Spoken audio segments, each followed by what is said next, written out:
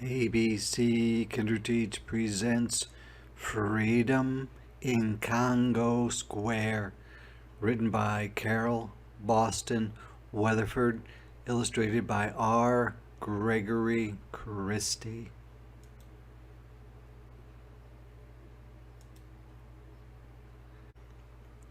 Mondays, there were hogs to slop or feed leftovers, mules to train, and logs to chop. Slavery was no ways fair. 6 more days to Congo Square. Slavery is a terrible thing in which some people own other people. And Congo Square is a place in Louisiana where slaves could go on Sunday to be with other slaves.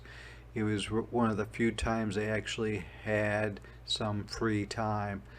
They were doing things like feeding the hogs all the time. They were not their hogs, they were somebody else's hogs. They had to train animals, they had to chop wood, a lot of things, and they had to work all the time. Tuesdays, there were cows to feed, fields to plow, and rows to seed. A moment without work was rare. 5 more days to Congo Square. So, feeding animals, plowing fields, seeding the fields, and they were always working, like I said before, but in 5 more days now, they get to spend a little bit of time free, not much, a little bit of time without having somebody telling them what to do exactly. Wednesdays, there were beds to make, silver to shine like silverware, and bread to bake. The dreaded lash, being hit with a whip or a leather rope, too much to bear. 4 more days to Congo Square.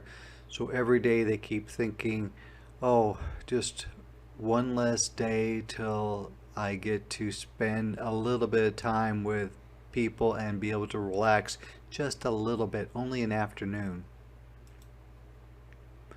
Thursdays, there were clothes to clean, floors to scrub, and babes to wean.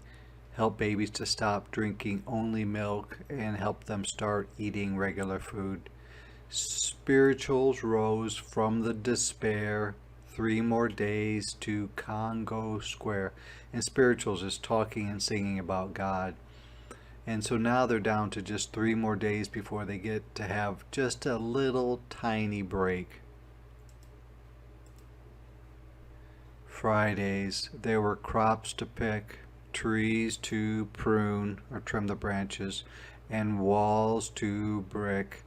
Runaway, runaway, some slaves dared or tried to. 2 more days to Congo Square. So some slaves tried to run away, but it didn't always turn out very well for them. Saturdays, there were beans to can, hens to pluck, pull feathers before eating, and folks to fan to help keep them cool. Freedom was slaves ardent, with much energy and feeling. Prayer. 1 more day to Congo Square. Week in, week out, from sun to sun, always more chores to be done, so they always were working. And even as the plantation slept, wood was on the fire kept. And a plantation is a farm that uses a lot of workers, often slaves. And at night, while most people were sleeping and many slaves were sleeping, some slaves would actually have to stay up and make sure that the fires in the fireplaces did not go out. But Sunday was a day of rest, when Master charmed the weekend guests, which means the person who owned them behaved in a friendly and likable way to other people, not to the slaves, but to other people that were like him. Slaves had off one afternoon when the law allowed them to commune, which means get together. They flocked, or many slaves went there, to New Orleans, Congo Square. Sundays, slaves and free met there. It was a market and a gathering ground where people gathered together, where African music could resound, be heard all around. Beneath the sun in the open air, the crowd abuzz with news to share, or filled with news to share. So they talked about what was going on in their various places because people came from different plantations, they had different owners. Grouped by nation, language, tribe. So when they went to Congo Square, they would oftentimes meet up with people that they knew or were from their homes back in Africa. They drummed ancestral roots alive. They played triangles, gourds and bells, banzas, flutes, fiddles, and shells. So they played all sorts of musical instruments. A triangle might look like this. They might play gourds, they could shake them like a rattle. A banza looks like a guitar, but it's made out of a gourd.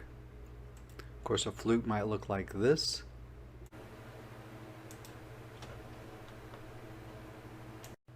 Women in gauze, silk and percale, men in fringe and furry tails, shook tambourines and shouted chants as rhythms fueled a spirited dance.